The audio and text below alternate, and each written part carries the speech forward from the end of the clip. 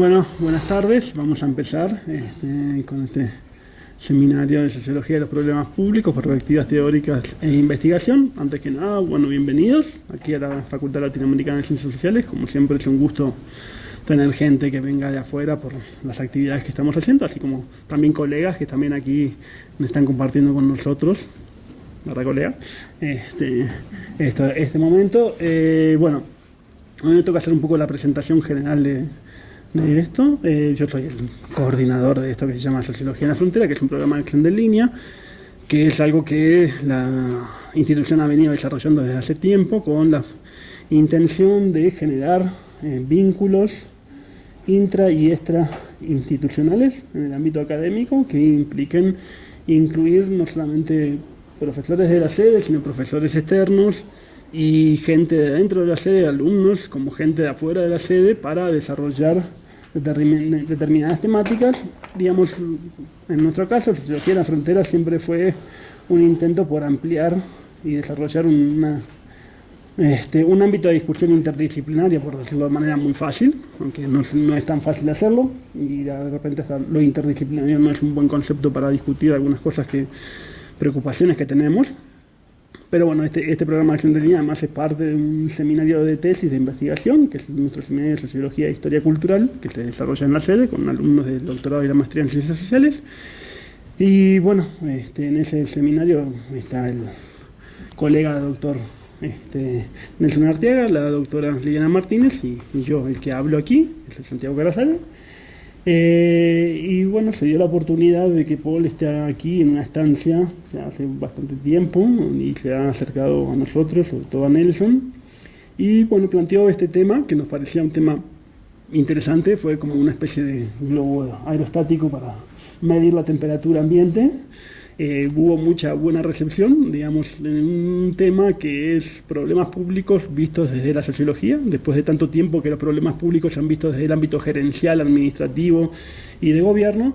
Creo que es un tema de frontera preguntarse desde la sociología que estamos hablando de los problemas públicos, y esta cosa, digamos, no es ningún tampoco invento, es un poco la discusión que Paul nos va en parte a traer, hacer una suerte de genealogía que por los autores se remontan a la década del 50 fácilmente, o 40 inclusive, sobre esta vinculación entre la sociología y los problemas públicos.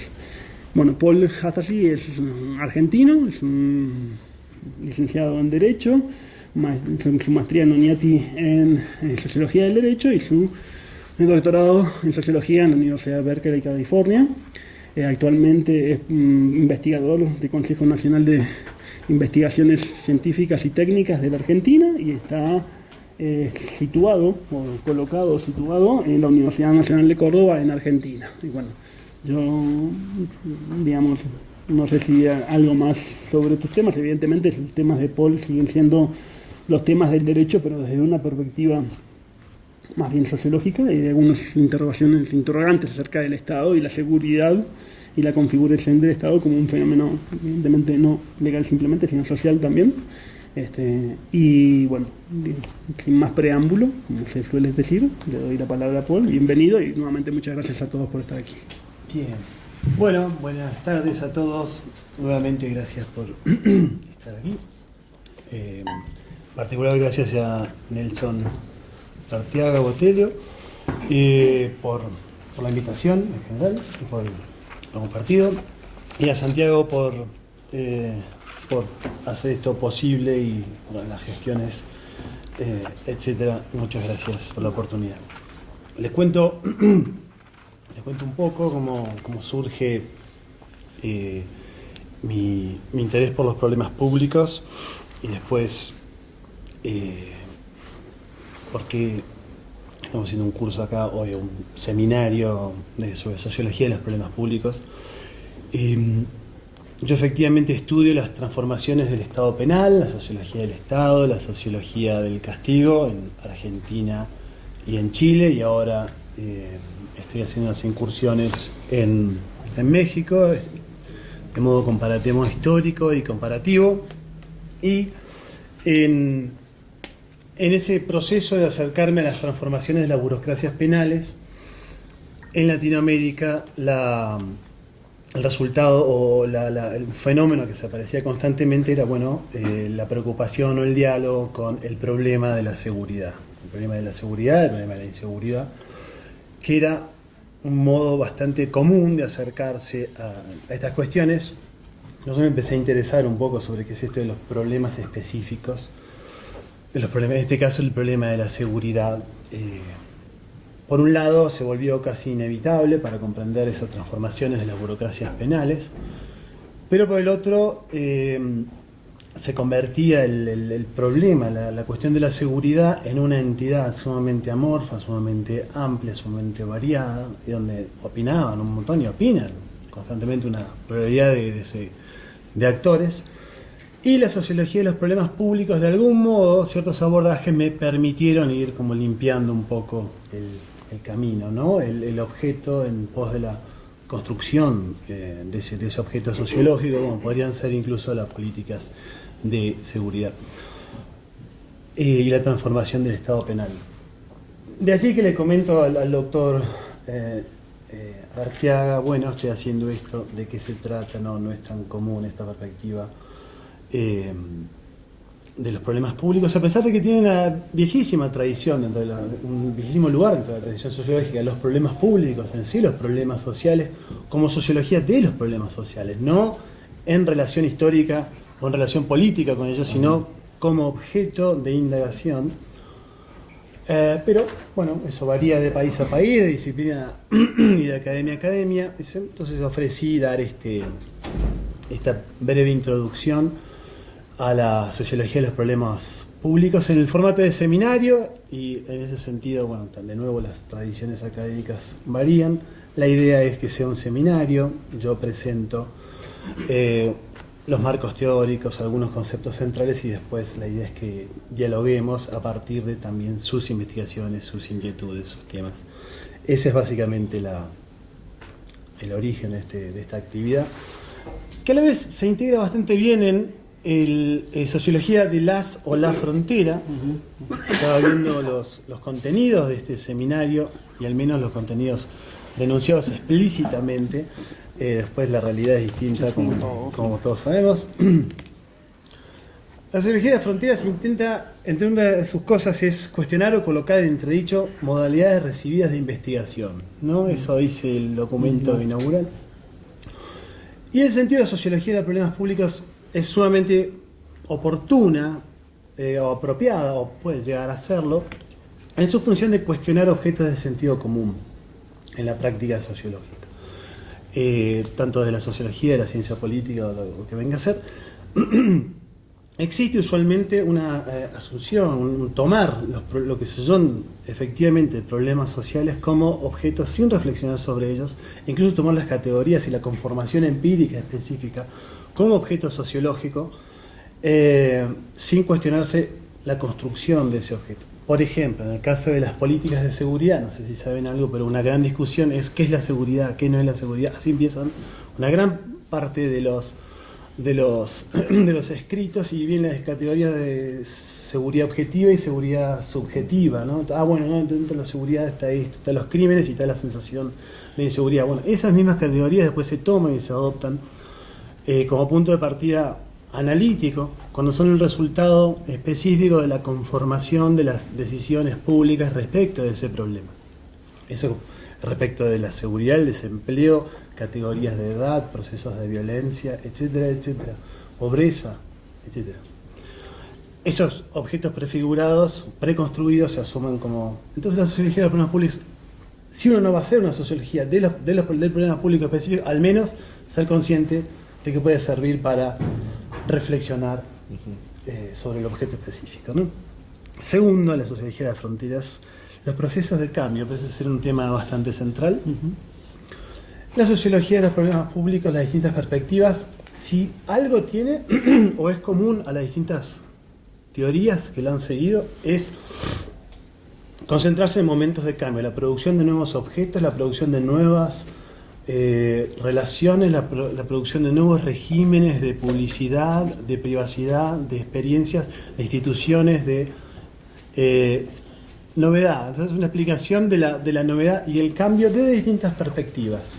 tiene una relación íntima con el cambio. Y el tercer aspecto es en la construcción de objetos, algo que realmente es atractivo en las distintas perspectivas de la sociología, en las distintas teorías, es el trascender subsectores de especializaciones: sociología política, sociología de las profesiones, sociología de los grupos, Estado, sociedad civil. De algún modo, el tipo de conceptos llama a realizar una atención, una prioridad de espacios sociales que usualmente por las especializaciones eso no se da.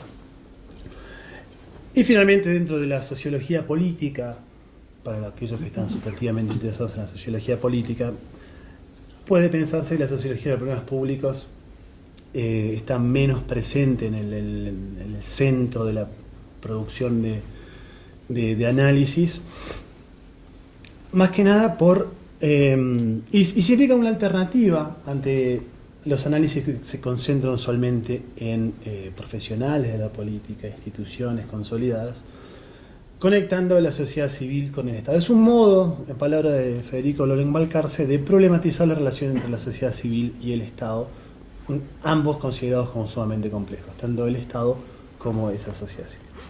Así que, así es como se integraría en esta visión, en esta perspectiva de la sociología en la frontera.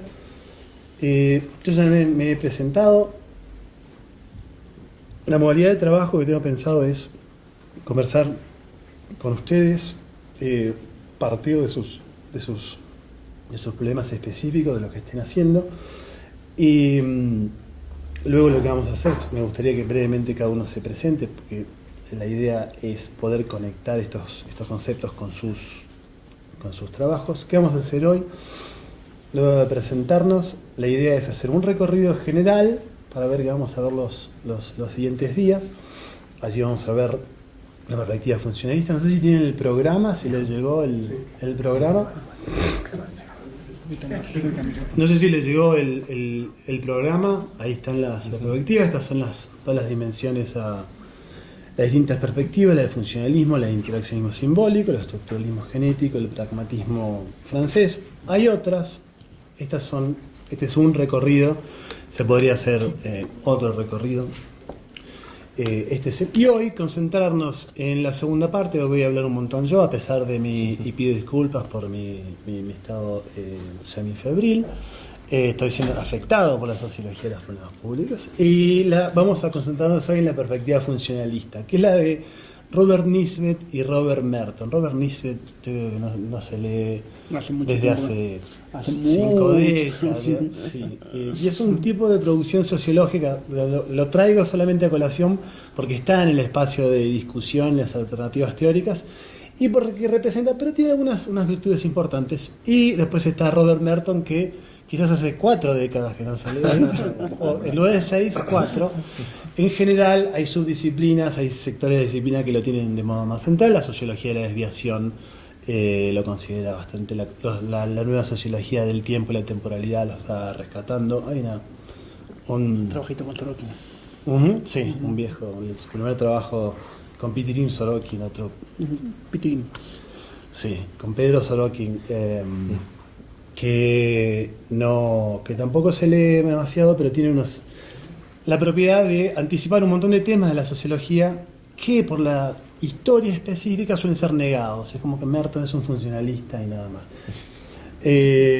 Con lo que ello implique, lo cual es una tergiversación de Merton o un empobrecimiento específico, y tiene algunas ideas sumamente sugerentes, incluso dentro de la perspectiva funcionalista, para explicar el cambio.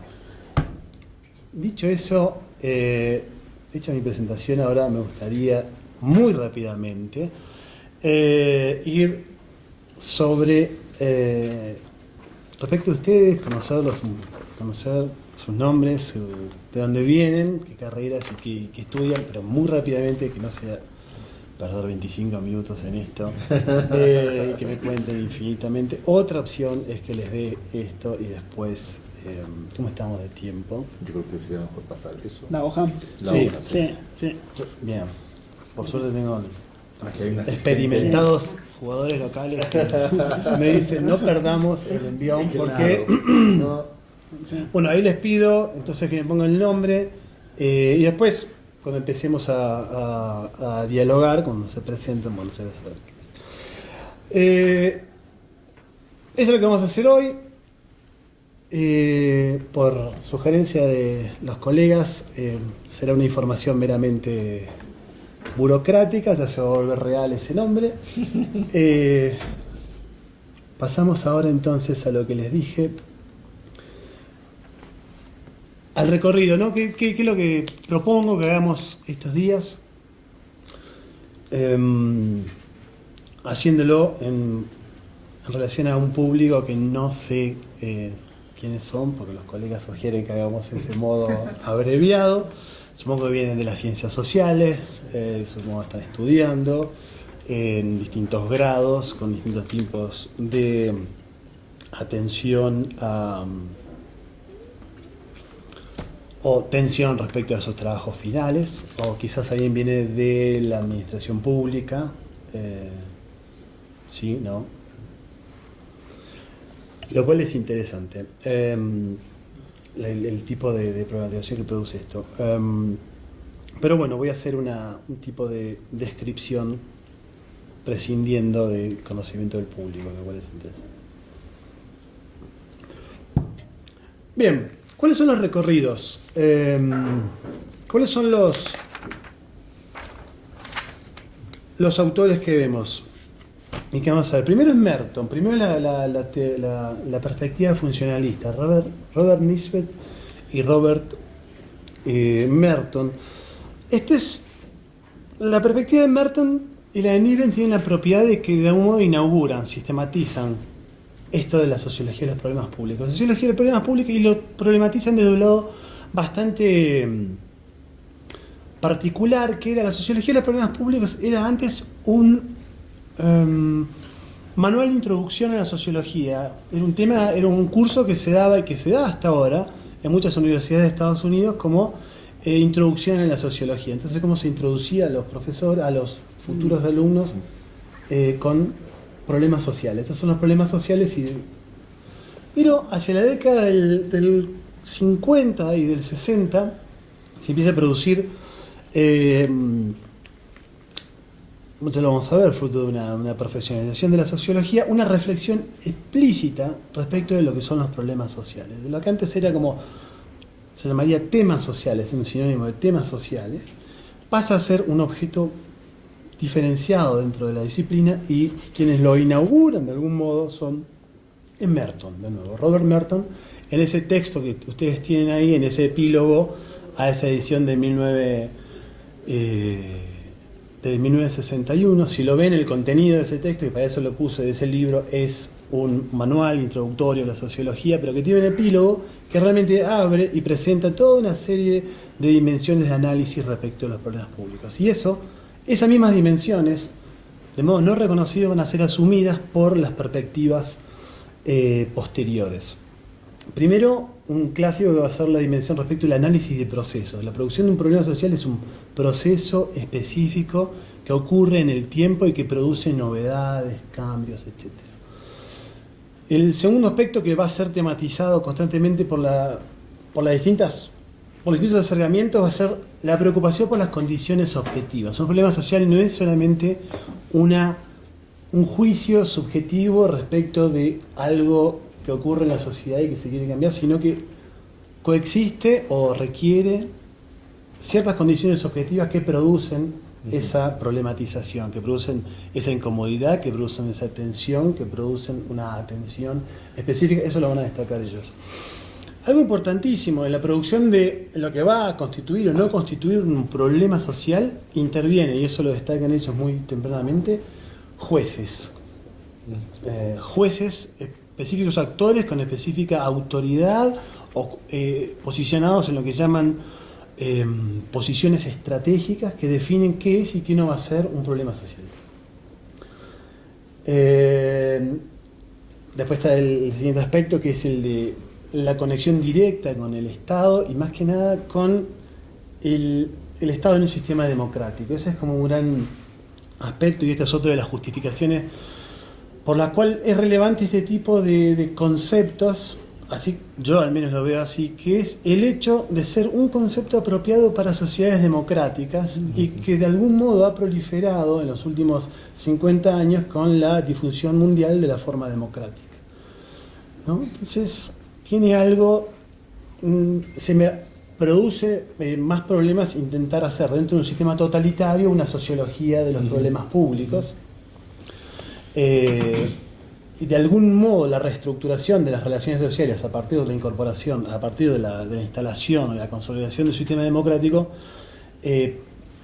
permite una serie de dinámicas que la sociología de los problemas públicos puede llegar a capturar como otros, de un modo más claro o de un modo útil. Vamos a ver después que entonces es una relación entre esas nuevas estructuras sociales, esas nuevas estructuras del Estado en contextos democráticos. Esto me parece que es un aspecto que quizás explica la legitimación o la proliferación y la generalización de este concepto en varios lugares del mundo y la recuperación de estos autores que a la vez son norteamericanos y que tienen, y vamos a ver cuando veamos los franceses, como un trasfondo cultural y político específico de problematización. En el caso de Merton y Nisbet, el trasfondo va a ser la comunidad, la pequeña sociedad, un sistema más o menos local y producción política. Ese es el gran contexto. En el caso de los franceses, o incluso el interaccionismo simbólico, va a ser un sistema democrático mucho más vertical, en donde la intervención de profesionales y de profesionales de la política e institución es un tema de preocupación para los mismos sociólogos. La existencia de profesionales y el hecho de que, y eso ya es pasando a... Y otra preocupación central va a ser los efectos, la preocupación con respecto a los efectos. El proceso podemos llamarlo el proceso de problema social como un fenómeno que tiene causalidad social y produce efectos institucionales nuevos, objetivos y también subjetivos. Estos son todos temas que yo problematizo. Después vamos a pasar ya mañana al interaccionismo simbólico, que tampoco sé cuánto se lee a Blumer o a Becker, sin más porque se ha republicado Outsiders hace poco, y Gusfield. No está traducido, sí lo tradujeron hace poquito, sí, lo tradujeron hace poquito, sí. Gusfield sí lo tradujo siglo XXI, por una historia, bueno, que después le voy a contar, que le traduce el director de una colección que estudia en Francia. Entonces se traduce Gusfield en español vía la interés en Francia, lo cual es el reflejo de que exista el último, es el pragmatismo francés, que ha recuperado el pragmatismo norteamericano. El interaccionismo simbólico es la otra perspectiva. Recupera la mayoría de todos estos temas, el proceso, cuáles son las condiciones, si se pelean respecto de si son relevantes las condiciones objetivas o no, pero ese es el punto, es el punto de discusión.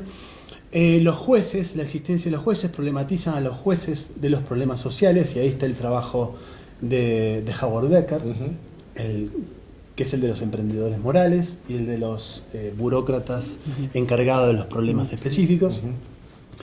Allí lo que más importa son, y esta es dentro de la sociología de Becker, es los grupos profesionales. Cómo los grupos profesionales presentan, elaboran y solucionan problemas sociales que existe hasta hoy en elaboraciones mucho más contemporáneas, como la sociología de las profesiones de Andrew Abbott, siguiendo esa sociología de Chicago. A ellos lo que les sigue preocupando es el proceso de control social, que después Gusfield lo va a elaborar de un modo bastante innovador, más preocupado en los efectos de control social, pero a partir de la producción de ciertas categorías simbólicas que no dejan de ser las categorías de dos grupos profesionales, los científicos y los abogados. Y cómo eso produce realidad y cómo eso tiene efectos para la conformación de las estructuras simbólicas y de autoridad en una sociedad. De ahí vamos a pasar a Francia, al estructuralismo genético, a los autores que se inscriben en la perspectiva de Bourdieu, de Pierre Bourdieu. Los autores que vamos a ver son dos, uno es Rémy Lenoir y el otro es Vincent Dubois. Y ahí, si a estos actores, si a los especialistas norteamericanos les preocupaban mucho los grupos profesionales y la conformación de nuevos problemas y lo que quizás ustedes conocen como la teoría del etiquetamiento, etc. Lo que caracteriza a esta visión del interaccionismo es la menor preocupación por las relaciones de poder en un contexto donde el trasfondo es un proceso democrático y colectivo de solución, de producción de soluciones aparentemente colectivas. A los franceses, a los autores franceses, les va a importar volver a reconectar la producción de estos problemas sociales, pero con estructuras sociales, no ya normativas como las de Merton y Nisbet, donde la preocupación es respecto de las dimensiones normativas, a pesar de que en Merton hay una preocupación por las estructuras de poder. Estas dimensiones, la de Lenoir y la de Dubois, van a ser una problematización de la producción, el tema es siempre el mismo, la producción e institucionalización de los problemas sociales, pero en relación con transformaciones estructurales materiales, con transformación en lo que ellos llaman el espacio social, en el caso de Lenoir, y en el caso de Dubois, la preocupación va a ser cómo ciertos espacios de especialistas, de élites, que son los que se llaman campos, van produciendo soluciones a esos problemas sociales. Cómo lo que es una transformación en el espacio social es explotado por un número de actores posicionados en campos específicos, pero con la virtud que tiene en este caso Dubois de pensar la operación y la construcción de los problemas sociales como procesos que ocurren de modo paralelo en distintos campos. Como un problema social activa, permite la realización de varias luchas paralelas que convergen en ciertas categorías más o menos generales y le permite a distintos actores y distintos espacios avanzar posiciones. Realmente como innovador, a la vez capturando y utilizando y posicionándose al interior del Estado, pero también produciendo cambios en el espacio social. Ahí lo que también es sugerente, bueno, implica de nuevo otra perspectiva respecto de lo que es las relaciones sociales en espacios. Esto es Francia, un espacio mucho más jerarquizado, mucho más cerrado, con mayores grados de institucionalidad de las relaciones sociales, que a veces puede llegar a diferir de otros espacios nacionales. Y ahí una cuestión que a mí me gustaría también en estos días pensar es cómo este tipo de conceptos sirven para espacios como varios de los espacios latinoamericanos, donde esas estructuras de campo tan definidas con sus reglas específicas, con sus altos costos de ingreso, con sus altos costos de desplazamientos laterales, etcétera, que generan un cierto tipo de explicación social de los procesos, cómo eso utilizarlo para otros contextos con menores grados de institucionalidad, una presencia estatal que tiene no ese asumido poder del Estado de intervenir en los distintos espacios de relaciones sociales como es el francés, y donde el Estado le cuesta mucho más intervenir en espacios de relaciones no estatales como los distintos mercados, por ejemplo. O cómo pensarlo a esto, ¿no? ¿Qué hacer con eso? Si sirve o no sirve, eso es un debate a realizar y es realmente problemático. Pero bueno, la cuestión es que políticas públicas sigue habiendo en todos lados, y el juego no deja de ser, en este caso, un juego de juegos paralelos en distintos espacios sociales, en distintos campos sociales, en el caso de Dubois. Eso termina siendo aplicable. Ahora, si el Estado es más o menos poderoso y tiene la capacidad de penetrar las relaciones sociales, etcétera, como se asume en este concepto, vamos a verlo. Pero al menos sigue siendo valioso quizás para analizar los juegos de las élites, que sigue habiendo en todos lados. por más que esas élites tengan una relación específica con el terreno y con otros espacios. Y finalmente está la perspectiva del pragmatismo francés, que como les decía es una recuperación del pragmatismo norteamericano formalizado en teoría social, una serie de conceptos de teoría social, no tan generalizado en América Latina, pero tiene la propiedad de recuperar unos temas que quedan soslayados en el interaccionismo simbólico y en el estructuralismo genético, como son básicamente toda la dimensión de las experiencias. Es un énfasis en la fenomenología, en la experiencia personal, subjetiva, de estar sufriendo ciertas condiciones. De nuevo, el tema de las condiciones objetivas, pero desde la perspectiva de actores no especialistas, no élites, que van haciendo cosas, hacen cosas, logran cosas, hacen que un problema personal se convierta en un problema público a partir de ciertos procesos y de ciertas acciones, pero en un proceso en que también va habiendo cambios subjetivos. O sea, la dimensión, lo que rescata esta perspectiva es los cambios en los sistemas de percepción, en los sistemas de sensaciones, de emociones, la modificación de los horizontes de experiencias posibles a partir de la existencia de una nueva cultura pública o de un nuevo tema público que es algo digno de explorar y descubrir, y que no están estas otras perspectivas. Y ahí el autor central es Daniel Sefai, y es interesante, y también lo traigo a colación porque de hecho en México, si bien no es tan popular, hay una profesora que se llama Alicia Márquez Murrieta, que está cambiada hoy, que no la reconocí. Está con otro. Alicia y un grupo de sociólogos argentinos han publicado, y colombianos, han publicado este libro, y de modo que tienen acá en México una especialista en este tipo, no digo que en los otros no, pero sí claramente en este tipo de tradición, que puede llegar a ser sumamente útil que lo consideren, que lo tengan en cuenta. Y lo bueno es que ya existe una tradición larga. He visto que Alicia tiene textos de hace mucho tiempo, usando a estos autores. El autor elegido aquí es Sefai.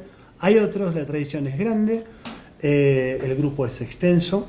Aquí es solamente una elección al efecto de producir una introducción, nada más. Bien, eso es lo que tengo pensado, o lo que propongo, lo que invito en los próximos días: ver estos autores, ver los conceptos, ver el marco teórico, ver el espacio teórico, el espacio histórico. ¿Qué quiero decir? Estamos bien. Son 4:30. Estamos, pero 20 para las 4. estamos, pero súper bien. Y hoy la idea sería comenzar con la perspectiva del funcionalismo de Merton, y en los otros días analizar cada uno de estas dimensiones, de estas tradiciones. Y lo que yo les proponía ahí originalmente es que hagamos esta discusión, que yo haga esta presentación, pero que también dediquemos una parte de las reuniones a analizar un texto. Que ustedes podrán elegir si alguien quiere presentarlo o directamente lo damos por leído y lo discutimos como modo, como herramienta para poder ver cómo efectivamente se pone en uso cada uno de estos sistemas conceptuales y teóricos, que sin saber la cantidad del número que va a participar, presenté solamente uno, propuse solamente uno. Si quieren pueden traer otro, pueden poner otro texto, sugerirlo, presentarlo, etc. Yo puse para cada una de las sesiones uno. sería bueno si alguien está interesado que lo presente rápidamente, cosa de socializarlo y después lo discutimos. Los textos ahí son... Bueno, el de Merton de hoy no creo que tengamos el tiempo de discutirlo. Es un ejemplo paradójico porque no es necesariamente un análisis de lo que Merton podría haber hecho con lo que dice que se puede hacer, sino que es un... Pero es un ejemplo de un análisis de un problema social, en este caso el efecto de los medios de comunicación en la cultura política norteamericana. El otro es sobre el de mañana, es sobre la corrupción en la Argentina contemporánea, que está en este libro, y que es de Sebastián Pereira, que es cómo emerge y se consolida, institucionaliza el problema de la corrupción.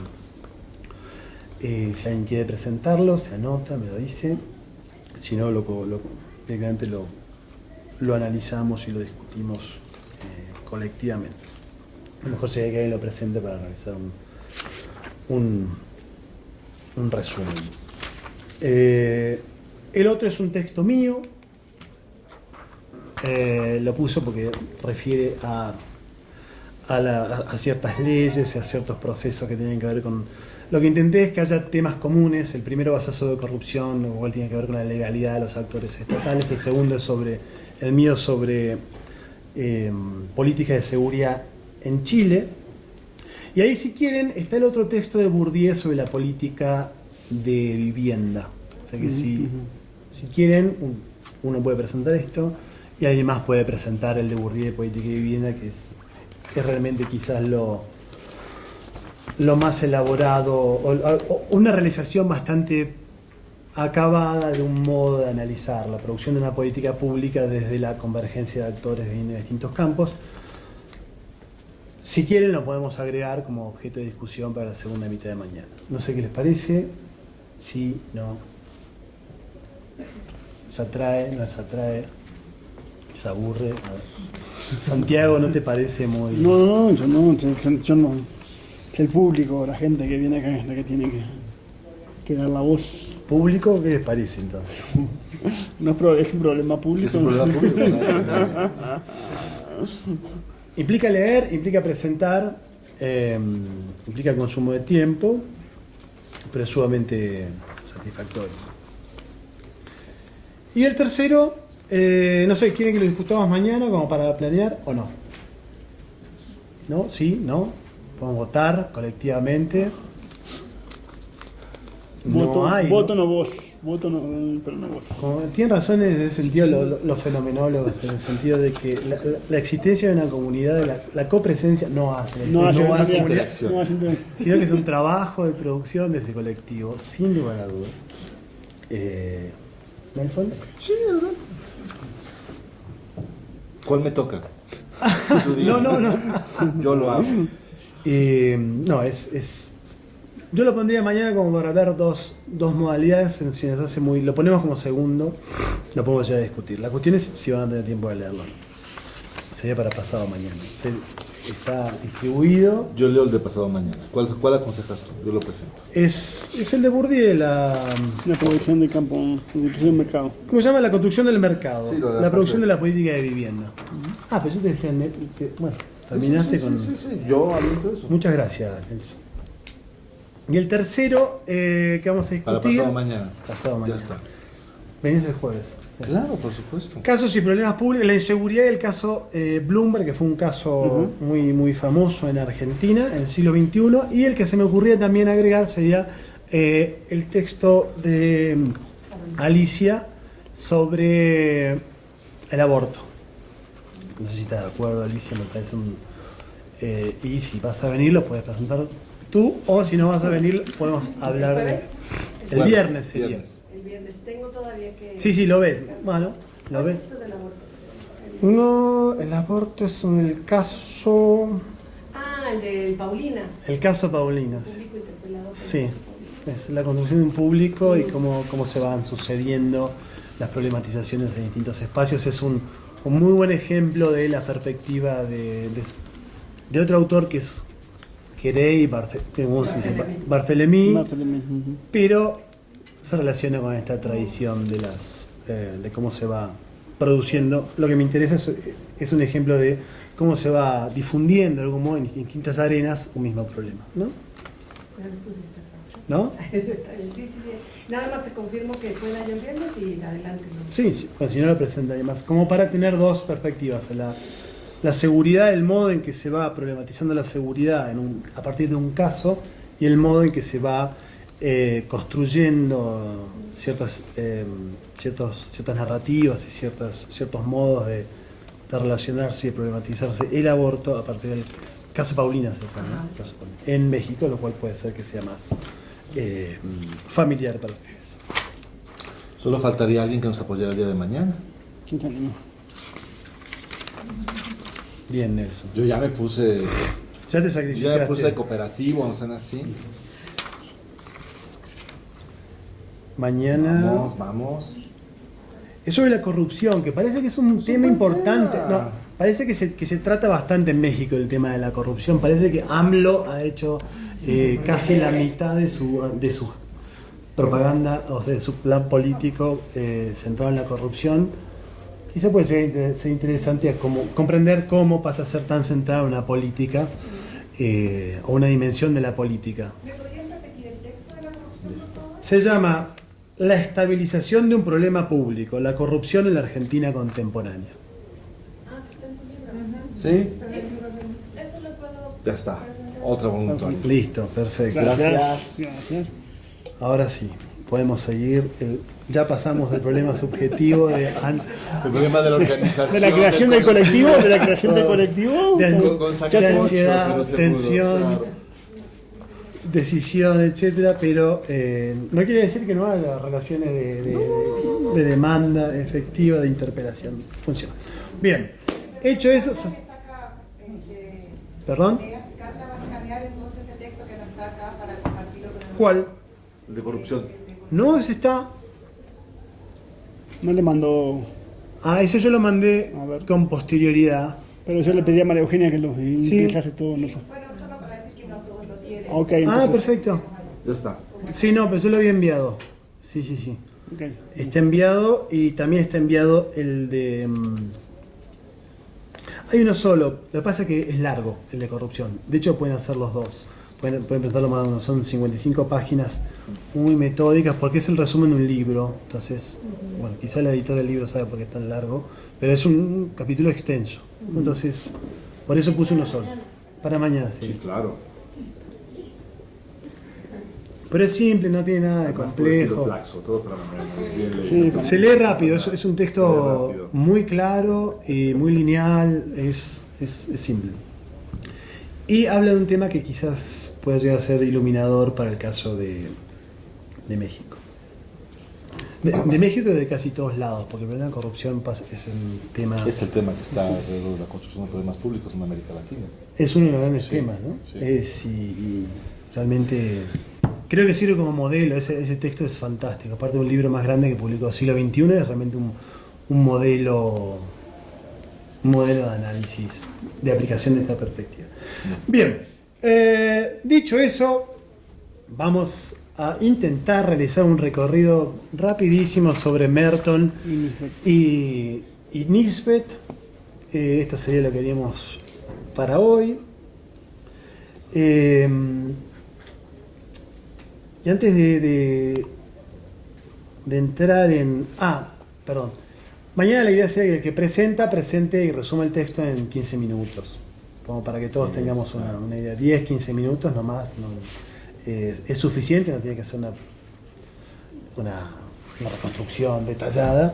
Tiene que ser suficiente como para que los que no tienen el tiempo de leer también tengan la posibilidad de saber y poder estar en la discusión. Bueno. Empezamos, perspectivas.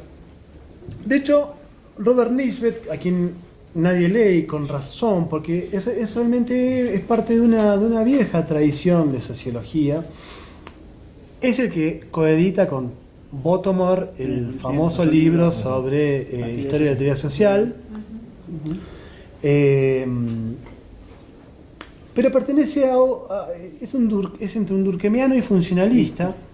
Pertenece a otra época, a la época de Spengler. Se socializa, nace en 1913, escribe su libro empieza a ser sociólogo en 1930, en el contexto de la crisis del 30, y tiene un modo de producir descripciones donde hace caracterizaciones epocales, ¿no? Entonces su libro, que él sacó en 1955, se llama En busca de la comunidad y la pérdida de la comunidad en la sociedad norteamericana. Y ese tipo de reconstrucciones que aquí en Latinoamérica se han concebido como ensayistas, pero con el vocabulario de la sociología. Estos autores, Merton y Nisbet, producen ese texto que estaba destinado a ser un texto, un manual para alumnos del cuarto año de las licenciaturas en Estados Unidos sobre introducción a la sociología.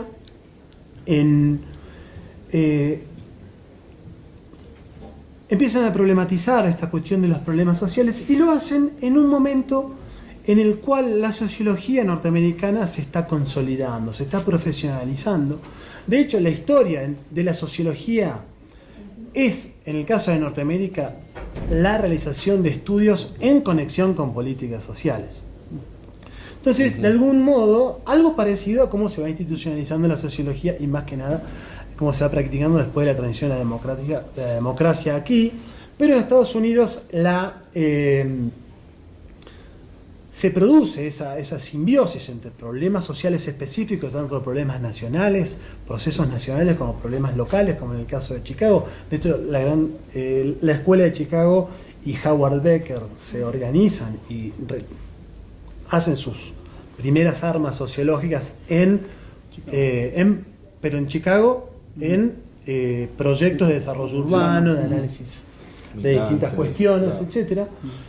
Lo mismo pasaba con la sociología norteamericana hasta que se va profesionalizando y se va produciendo, en el caso de Nisbet y Merton, una toma de posición y un posicionamiento de distanciamiento respecto de los problemas del momento, de modo de legitimar de algún modo a la sociología como una disciplina que se independizase de los encargos de fundaciones privadas o directamente del Estado. Entonces, de algún modo, este análisis en la década del 50, que es el momento de mayor consolidación y de inicio de una sociología mucho más profesionalizada, donde empieza a producir para sociólogos y no solamente para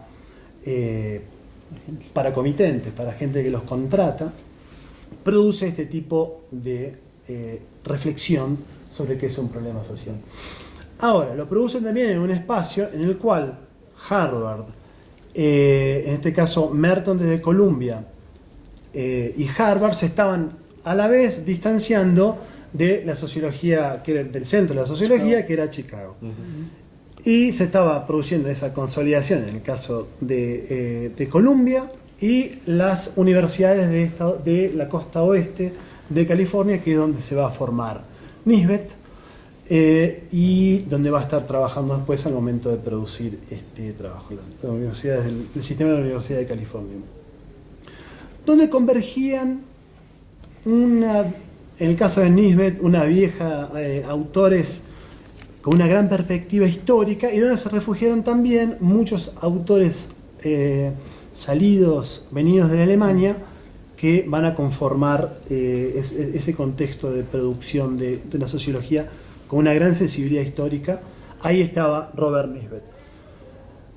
Robert Nisbet ocupa un lugar en la sociología de los problemas públicos porque fue el coautor de Merton en ese texto, pero es totalmente abandonado con posterioridad. Lo que sí tiene, y esto me parece que es sumamente atractivo, bueno, él tiene una gran narrativa sobre las transformaciones de las sociedades modernas, donde hay es un durkheimiano, mezcla con funcionalista, donde hay tipos de sociedad y uno puede llegar a describir los dos tipos de sociedad al viejo estilo de comunidad y sociedad, ¿cómo se llama? De Tonis, o solidaridad orgánica y solidaridad mecánica. Él produce un diagnóstico de la sociedad norteamericana de esa época, a partir de ese texto que se llama En busca de la comunidad, que se publica en el 55, como les dije. Pero en hacer eso, destaca y propone que cada tipo de sociedad, y este es el punto, cada tipo de sociedad, cada tipo de estructura social tiene problemas sociales típicos. Ese para mí es su gran aporte, no lo lleva más allá, pero lo destaca. Y a mí me resuena ese tipo de problematizaciones cuando uno se pone a estudiar procesos como la transición democrática. Todas las transiciones democráticas tienen este mismo tipo de cuestiones. Todas las aperturas de los sistemas de partidos tienen este mismo cuestiones. Todas las transformaciones estructurales de la economía enfrentan más o menos este tipo de problematizaciones, y uno se encuentra con que, yo no sé por qué es, pero los mismos tipos de problemas y cuestiones aparecen en distintos tipos de sociedades sometidos a grandes transformaciones estructurales. Esto es al solo efecto de sensitivizarlos sobre esa posibilidad. La doctrina de Nisbet no va a ser, la teoría de Nisbet no va a ser el lugar donde yo recomendaría que analicen este tipo de procesos, pero sí llama a pensar en términos estructurales. Esto es lo destacable. A pensar en términos estructurales. Tipos de estructuras enfrenta ciertos tipos de tensiones usualmente similares o análogas. En ese sentido es un buen punto de partida. Otro aspecto que destaca es que a lo largo de la historia siempre ha habido actores que han destacado ciertas tensiones, ciertas incomodidades, ciertas cuestiones colectivas que había que modificar, y en su gran perspectiva histórica destaca la ley, la religión, más recientemente los literatos, más recientemente a los periodistas, y subjetivamente él está adoptando la nueva posición de estos profesionales de los problemas públicos, de los problemas colectivos, que son los sociólogos. Eso es lo que hace él en ese texto. El gran problema para él va a ser la alienación de los actores respecto de los sujetos de sus lugares de origen, de la comunidad, del pasado, y su angustia y su falta de sentido en contextos funcionales. Ese es un gran problema, no viene a colación, salvo para aquellos que estén interesados en este tipo de perspectivas. Otro aspecto que es quizás relevante de su análisis es: vivimos en contextos con alta conflictividad, en términos de Durkheim, con división del trabajo social, con una multiplicidad de moralidades, con una multiplicidad de perspectivas, con la conformación de un Estado centralizado, de un mercado centralizado, con enormes procesos de dislocación social, de transformación de movilidad.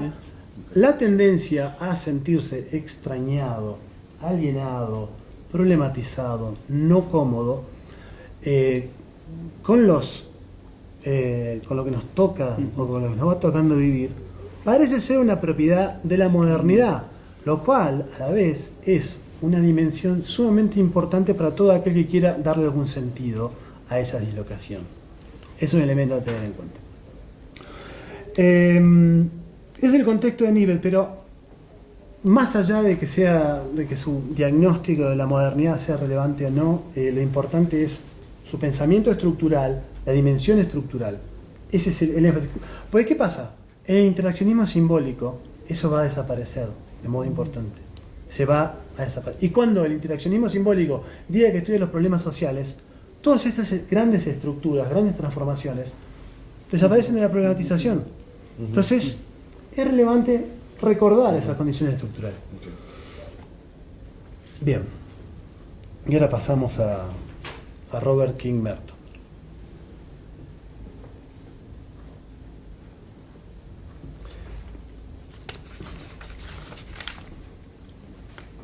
Merton, como en otras áreas de la sociología, realmente organiza esta área de problematización. Y lo hace en ese texto que yo les presento, que yo les proveí.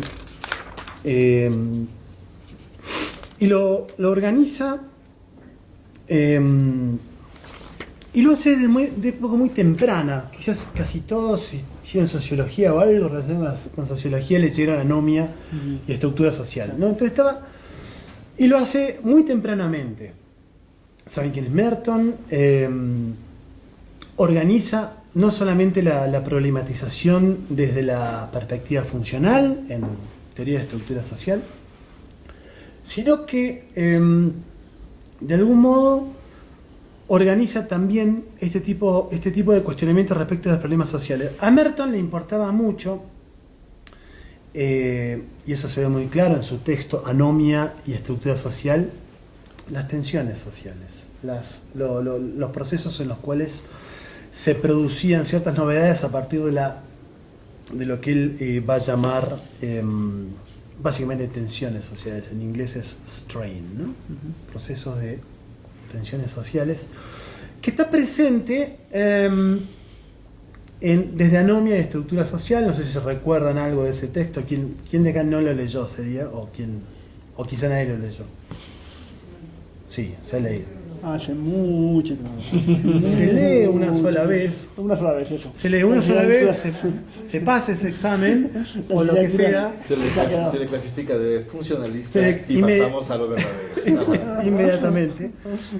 Pero lo interesante de ese texto es que es de 1938, se escribe después de la crisis del 30, en un contexto de crisis, de crisis social, donde había una enorme actividad de reflexión sobre los problemas de la sociedad norteamericana, y empieza, el primer párrafo dice: cuando uno estudia la desorganización social. Ese texto no es una sociología de la desviación solamente, tiene una gran teoría de la desviación, pero es también un texto que analiza qué pasa y cuáles son las tendencias subjetivas y adaptativas en un contexto de enorme desorganización social. Cita un montón a otro de esos. Ese era el contexto de preocupación en ese momento. A Elton Mayo, que tiene un texto que se llama Descontexto de la civilización. Ese es el tipo de problematizaciones. Pero lo que intenta producir Merton es una sistematización, lo que se va a llamar una teoría de alcance medio, que hasta hace muy poco, hasta los 80, hasta los 90, era el texto más citado en sociología. Pero ¿qué tiene?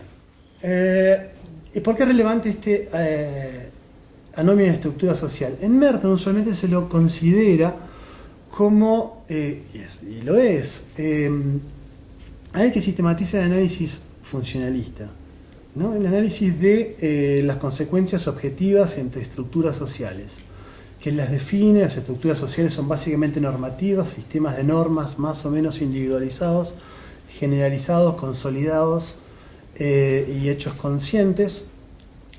Pero esa es solamente una dimensión del análisis de Merton. Otra de las dimensiones del análisis de Merton es lo que se llama el análisis estructural, que es menos considerado, que está en el centro de la perspectiva de anomia y estructura social.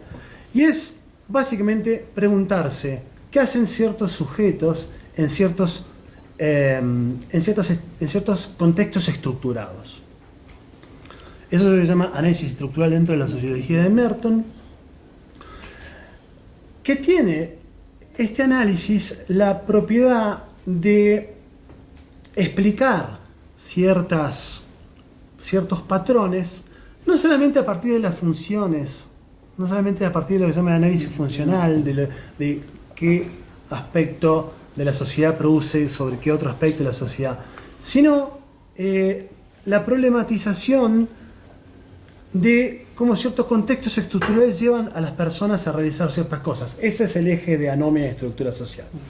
Las distintas opciones alternativas y adaptativas. Ahora, para los problemas sociales, eso también es importante, porque es en ese proceso de contexto estructurado, de oportunidades objetivas, disponibles, donde hay una distribución específica de lo que se llama oportunidades estructurales, que es la distribución específica de poder, básicamente, lo que va a dar forma a lo que se va a resolver como un problema social, ¿no? Entonces, este otro Merton que promueve no solamente un análisis funcional, que es como se lo lee constantemente, un análisis de las funciones manifiestas o las latentes, sino en Merton hay también un análisis de actores. Él tiene una teoría voluntarista de la acción, la gente hace lo que hace porque sigue ciertas normas y ciertos valores, pero lo hace en contextos estructurados.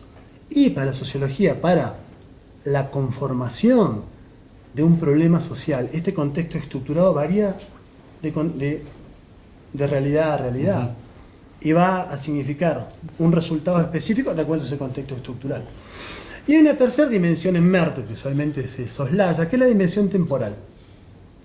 Merton no es un analista de si algo simplemente de las relaciones entre funcionales o disfuncionales entre distintos aspectos de lo social, sino también un analista de procesos históricos. No sé si saben, pero tiene una sociología de la ciencia y tiene una atención a los procesos que se desarrollan en el tiempo que es central para su problematización. Quizás el concepto más famoso es el de profecía autorrealizada. Es decir, son procesos que se desarrollan en el tiempo. Los problemas sociales se constituyen, condicionan, conforman y resuelven también en el tiempo. Por eso es interesante ver este autor, que es, y lo destaco, usualmente leído como, respecto a los problemas sociales, como alguien que propone una mirada olímpica, homogénea y ingenieril, como si fuese un ingeniero de las cuestiones sociales, cuando en verdad en su desarrollo teórico y en sus casos también empíricos, más que en su desarrollo teórico, invita a una producción de un análisis estructurado, condicionado, objetivamente por ciertas tensiones estructurales, que se desarrolla en el tiempo y que produce ciertos efectos. Eso como gran marco para comprender a la propuesta de Merton sobre la sociología de los problemas.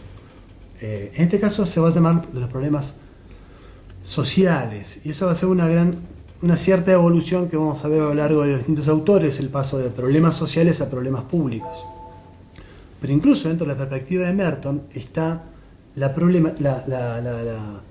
discusión sobre cómo es que se convierte un problema que él retrotrae siempre a tensiones estructurales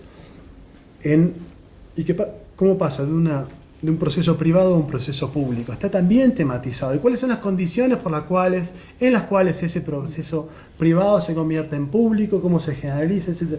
Toda esa discusión está. A mí me importa, de nuevo, quizás no tanto la teoría específica de Merton, sino cómo tematiza ciertos elementos de la discusión sociológica de los problemas sociales que van a ser recurrentes. Bien.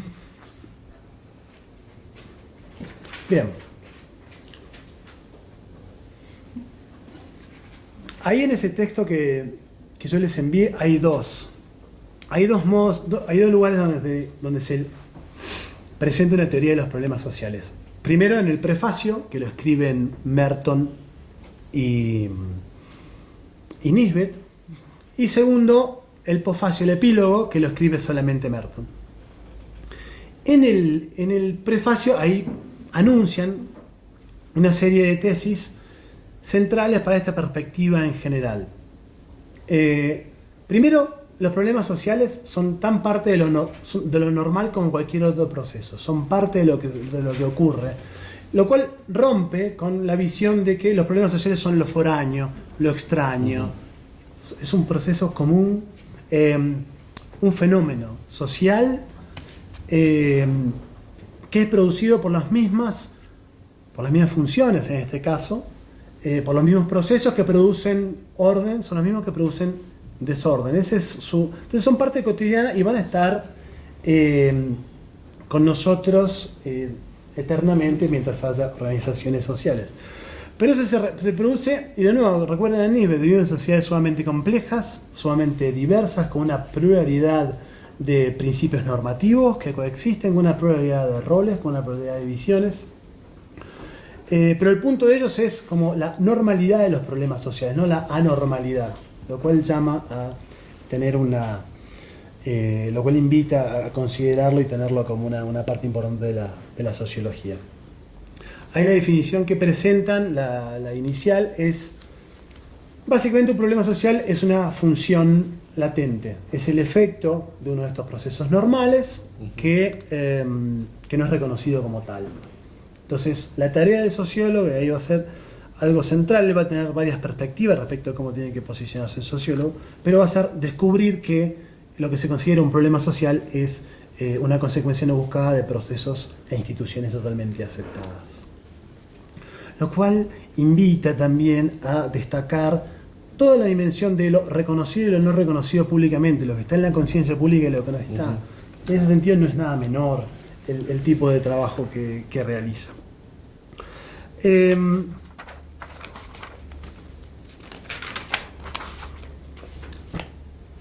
Yo les sugiero que esa primera parte la lean muy rápidamente como un modo de consenso entre Nisbet y Merton.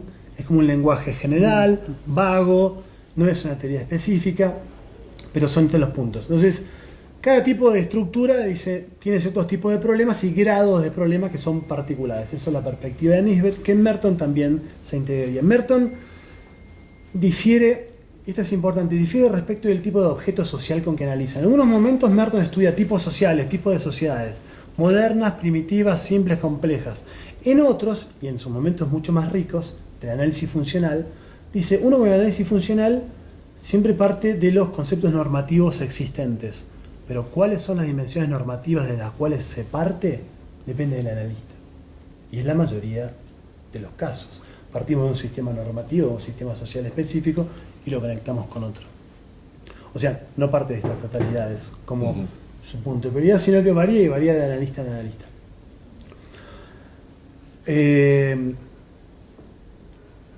Pero los temas que, y acá son lo que quería destacar, empiezan a introducen dentro de las sociologías el tema de la percepción. Respecto de los problemas sociales, que son estas consecuencias no deseadas de algún componente de la estructura social, puede o puede no haber una percepción de tales eventos como problemas para todos. Y eso va a ser un punto central. ¿Cuáles de todas las consecuencias negativas para alguna parte del sistema social van a ser considerados problemáticos o no problemáticos? Ese es el gran problema de la percepción de los problemas sociales, en los análisis de la emergencia de los problemas sociales. ¿Por qué? Porque en contra de lo que usualmente se presenta Merton no cree en la existencia de, en ese sentido muy weberiano, no cree en la existencia de un consenso general de valores, para nada. Cree en una constante diversidad de valores y constantes conflictos entre distintos sectores de las funciones sociales, lo cual abre a toda la problematización por qué va a ser percibido como un problema y qué no va a ser un problema. Y tiene una frase muy linda que es, para lo que para algunos es un problema, para otros es un recurso. Cómo lo que para uno es un recurso sigue, y estoy pensando en los guachicoleros, cómo lo que es un recurso para otros es un problema. Y cómo en ese recurso es un recurso, y a la vez, y esta es otra cosa interesante de su perspectiva funcional, para él cada función social produce una multiplicidad de funciones y efectos respecto de las otras instancias de lo social. No produce una, de las cuales algunas somos conscientes y son públicas y reconocidas colectivamente, y otras son secretas, desconocidas, negadas y nadie es consciente. Lo cual hay toda una gradación. Entonces ahí de pronto se abre toda una perspectiva respecto de cuáles de esa multiplicidad de funciones de cada una de las funciones sociales, supongamos, la multiplicidad de funciones que tiene el Poder Ejecutivo en México, de la regulación del mercado de gasolinas, de los efectos y los múltiples efectos que tiene el vender gasolina, ¿cuáles de todas esas dimensiones va a ser un recurso o un problema? ¿Y para qué grupos? ¿Y para qué colectivos? Entonces uno de pronto ve que la complejidad, en lugar de ese mundo de coherencia de valores, donde algunas cosas son funcionales, son disfuncionales, de pronto se encuentra que uno puede hacer un análisis desde cualquier punto de la estructura social, de la estructura normativa de lo social, respecto de cualquier otro punto, y en la realidad uno se encuentra todo el tiempo con luchas y disputas sobre si algo va a ser o no un problema social, que en verdad es un modo de problematizar las relaciones entre distintas funciones sociales. La función de ser policía de este modo es funcional tiene 3 funciones positivas o 4 funciones negativas. ¿Cuáles van a ser privilegiadas? ¿A las cuales se le va a dar atención? ¿A la mantención de mercados informales o a la legitimidad de los actores políticos que prometen la no existencia de mercados informales? ¿Cuáles de esas funciones del mismo mercado informal y de la misma policía, por ejemplo? No sé si se entiende. Entonces, ¿cuáles son problemas públicos y cuáles no son problemas públicos? Se abre todo un campo de problematizaciones desde la perspectiva funcional. Después va a venir, dice Merton, el tema de la disputa por las soluciones. ¿Por qué? Y ahí viene el análisis estructural de Merton. No solamente el análisis funcional de cuáles son las consecuencias objetivas de una parte de la estructuración sobre otra, sino el análisis estructural. ¿Con qué contexto estructural se encuentran los distintos actores para definirlo y cómo? Y ahí va a decir que va a haber una disputa y que va a haber una sucesión, y va a decir, va a haber algunos actores, y ahora vamos a ver mejor, y va a haber una serie de dinamismo específico en la solución, en el desarrollo y en la puesta en acción de la solución colectiva de que se trate. Y finalmente, lo que después va a ser un tema central para la perspectiva de los problemas sociales más interaccionista, va a ser los problemas sociales que existen en un sistema de problemas. Yo lo llamo así, como dice Merton, en un sistema de problemas sociales. La solución y la decisión adoptada respecto de un problema social va a traer consecuencias no buscadas y va a empezar a haber disputas sobre la solución adoptada. ¿No? Son esos temas lo que trae en ese prefacio, que parece un prefacio así descriptivo, que no dice nada, pero tiene una serie de elementos sumamente ricos. Y ahora, el epílogo, sí es la teoría de Merton sobre los problemas sociales, produce lo que quizás existe como la segunda definición en la historia de los problemas sociales, después de un texto de Fuller y Meyer de 1941, me parece que es, 41 o 38, que es un texto sumamente descriptivo. Fuller y Meyer producen la primera tematización de concepto de que es un problema social. Merton la va a seguir muy, muy cercanamente. Y ahí ven, y ahí está la definición, es una discrepancia, lo cual significa una percepción y un rechazo. Discrepancia sustantiva, no deseada en una sociedad, y ahí yo le agrego en un subsector de ella, a lo que una comunidad funcionalmente significativa decida que exista. Esa va a ser la definición de un problema social. Ahí ven la dimensión estructural, las relaciones, las estructuras normativas de una sociedad, con la cual tiene varios componentes, pero los más importantes, a mi criterio, es ciertas condiciones objetivas, pero condiciones objetivas descritas por el sociólogo y elegidas por el sociólogo. No son objetivas en el sentido de que existen con independencia. ¿Por qué? Porque la selectividad de la problematización, de cuál va a ser la dimensión, va a tener que seguir los esquemas normativos del grupo de que se trate. Siempre se parte de una normatividad que es la que produce el juicio de discrepancia. Entonces, cuando uno se pone a estudiar con Merton, y de lo que va a partir es cómo, primero, identificar los actores y el sistema normativo de los cuales se realiza ese juicio de disfuncionalidad o el punto es de distancia sustantiva, de discrepancia sustantiva, no deseada, y ahí está la teoría de las funciones latentes. La cuestión ahí va a ser, el primer elemento va a ser el de discrepancia y va a tener que ser sustantiva. Y ahí produce toda una discusión sobre cuándo hay una discrepancia o no una discrepancia respecto del sistema de valores, que de nuevo siempre es relativo. Pero relativo respecto de cuál es el grupo específico que está problematizando. Pero existe en la objetividad, no es pura invención del sociólogo, sino que el sociólogo tiene que seguir y tener en cuenta el sistema normativo que está, pero no existe solo por creación del sociólogo, porque enseguida viene la acusación de como no ser relativista, ¿no? En ese sentido, él es objetivista, parte de la existencia de ciertos sistemas normativos y actores. Y ahí empieza a problematizar y dice, tiene que ser demostrada. Entonces hace toda una discusión. Basta con que sea la discrepancia de, no sé, un índice de 8% de delitos, o 8% de muertes, o 7% de un caso de desempleo produce 9 casos. Y dice, en verdad, toda esta cuestión de los números no importa tanto, pero sí son importantes a la vez para hacerlos existir. Y el punto para él es que sea demostrado, que se pruebe. Entonces hay todo un trabajo de prueba, de demostración, que respecto de la existencia o de la no existencia. Otra cosa que tematiza es cuando hay un problema social, solamente cuando tiene naturaleza social, tiene una causa social.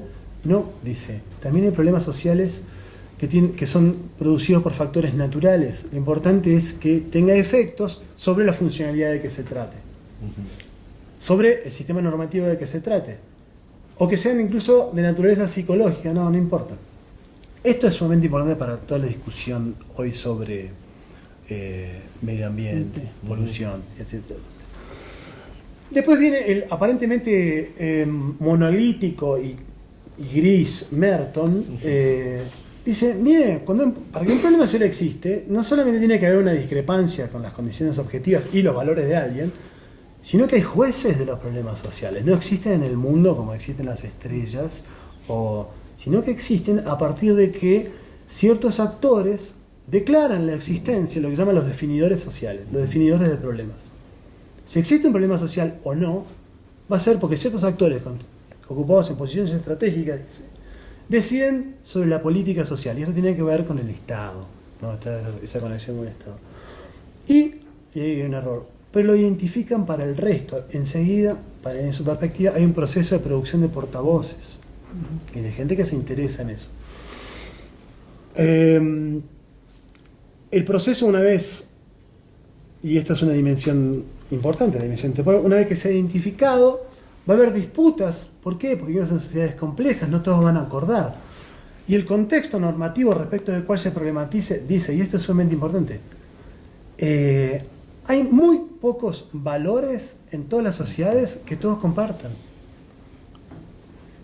Por lo tanto, la mayoría de los problemas sociales tienen que ser producidos porque de hecho muy pocas personas reaccionan igual que el problematizador social o que el juez social, que el juez de los definidos. ¿Por qué?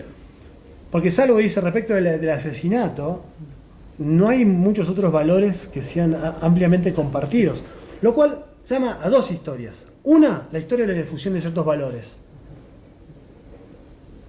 Por ejemplo, el valor libertad, individualidad, consumo, propiedad privada, etc. Eso va siendo... Ahí uno puede introducir toda una historia de la difusión de ciertos estándares.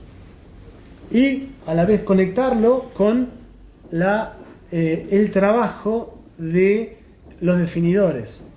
Desde Merton. Y después hay una discusión que es sumamente interesante, que es la distinción entre problemas latentes y problemas reconocidos. Los problemas reconocidos van a ser los que en un momento específico sean los problemas que son reconocidos por esa sociedad, y los latentes, y ese es el rol del sociólogo, va a ser descubrir cuáles son problemas sociales. Y ahí sí asume un rol de ingeniero, de objetividad, de distancia. Pero solo hasta cierto punto. ¿Por qué? Porque los problemas para una sociedad X van a ser siempre correlativos con el sistema normativo de esa sociedad y el que elija. O dice, respecto del sistema normativo, y dice Merton ahí, o respecto de ciertas políticas sociales.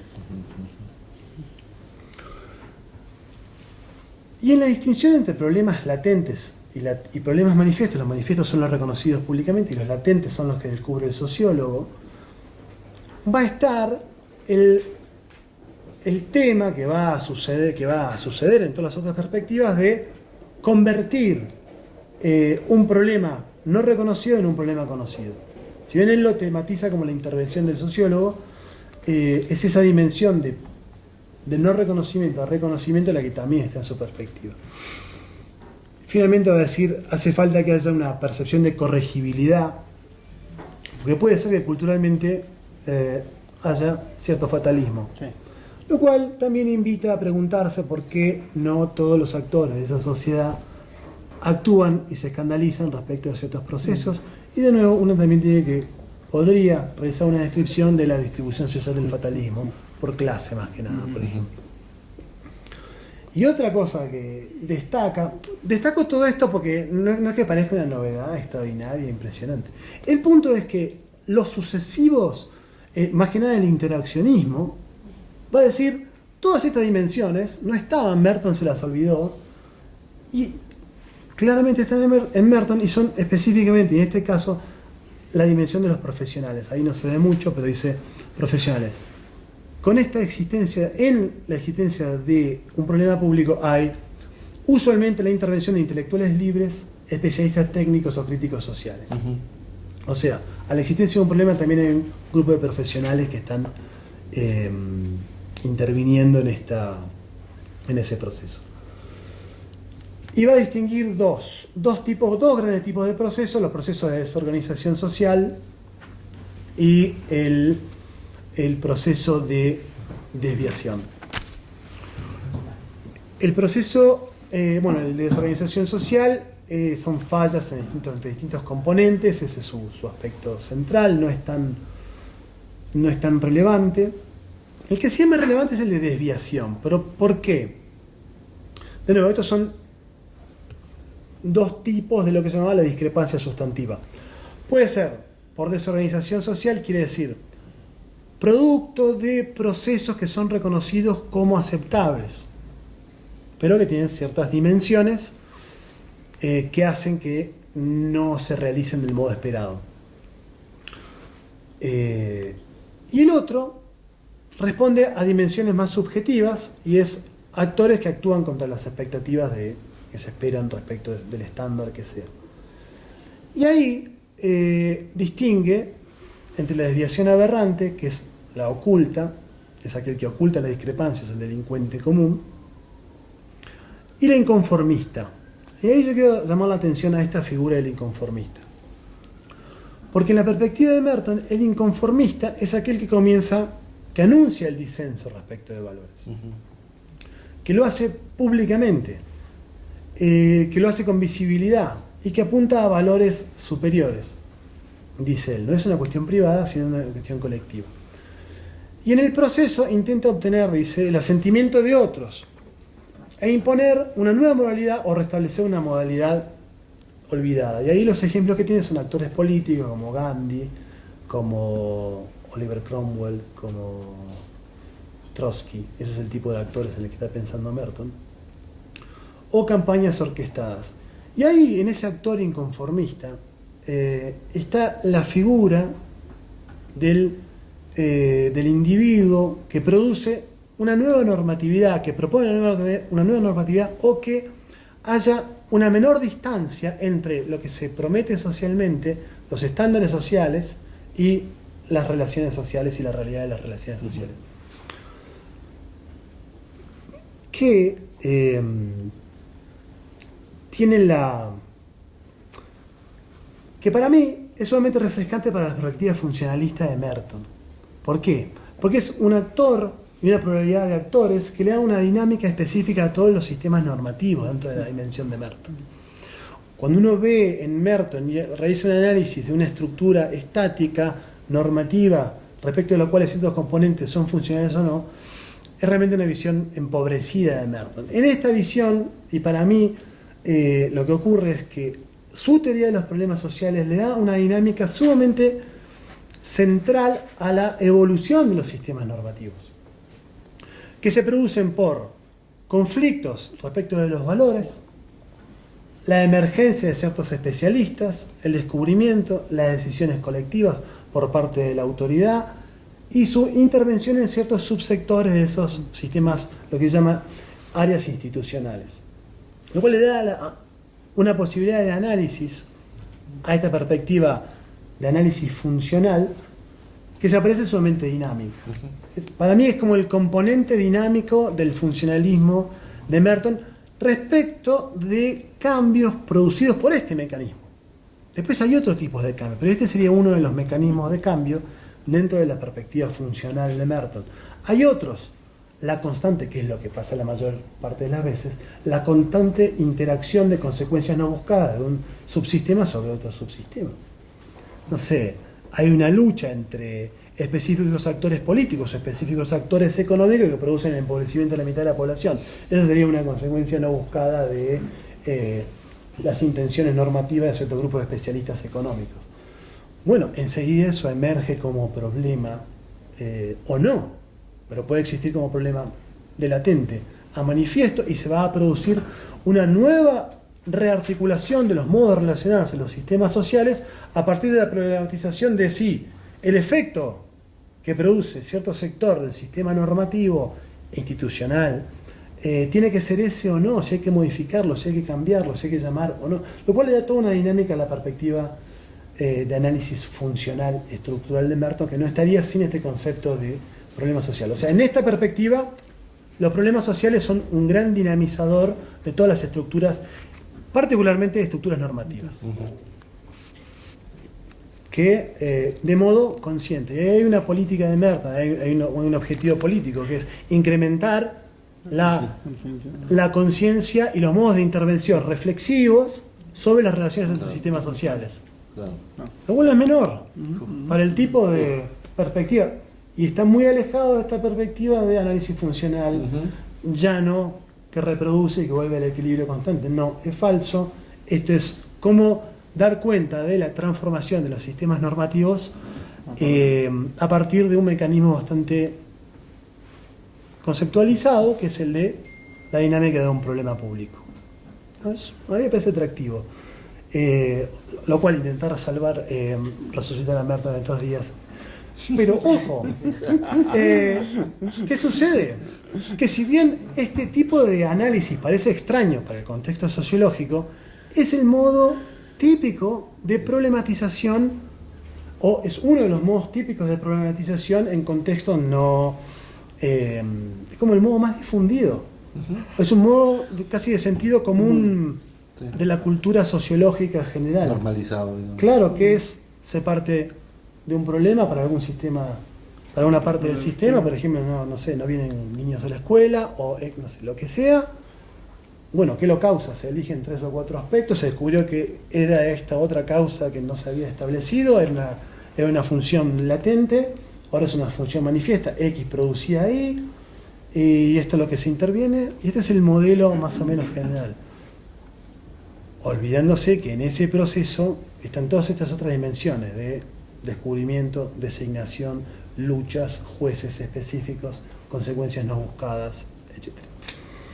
Bien, un modo de hacernos amigos de Merton. No, es como sumamente atractivo esta dimensión. Pero más allá de que nos convertamos al mertonianismo a partir de mañana, cosa que no creo. Vamos a comprar el libro del Fondo de Cultura. Que de hecho, hablamos antes con Santiago, que muchos ya somos mertonianos sin darnos cuenta, ¿no? Hacemos específicamente este tipo de análisis. ¿Cuáles son los actores involucrados? ¿Qué opinan? Se analizan, ¿qué opinan estos? A partir de esos actores se decidió X o Y. O sea, el análisis implícito que muchas veces se realiza respecto de estos problemas públicos de relevancia es un análisis de las dimensiones mertonianas. Bueno. Eso puede ser por un lado, nos convertimos en mertonianos o no. Ahora, para la perspectiva, para la sociología de los problemas públicos, más allá de que uno acuerde o no y vea utilidad o no en este tipo de enfoque, que es como un enfoque funcionalista, dinamizado y relativizado, yo creo que establece una serie de parámetros dentro de una emergente tradición o una emergente perspectiva que se va consolidando en las próximas generaciones de sociólogos.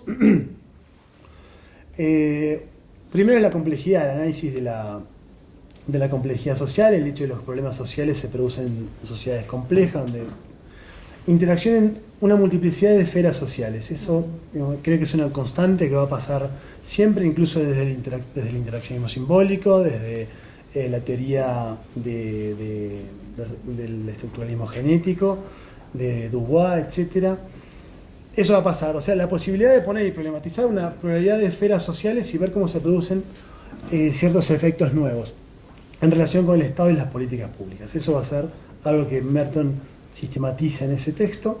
Segundo, la necesidad de que sea un análisis históricamente situado, partiendo de una complejidad social, valores, pero también poderes sociales. Una multiplicidad de valores y una multiplicidad de modos de poder social interviniendo en la definición de esas representaciones colectivas. Tercero, la preocupación por la objetividad y la percepción de esa objetividad. O sea, el hecho de que existen en el mundo ciertas instituciones que son contradictorias a ciertos valores, pero existen en el mundo, están ahí, y va a haber distintos modos de concebirlos.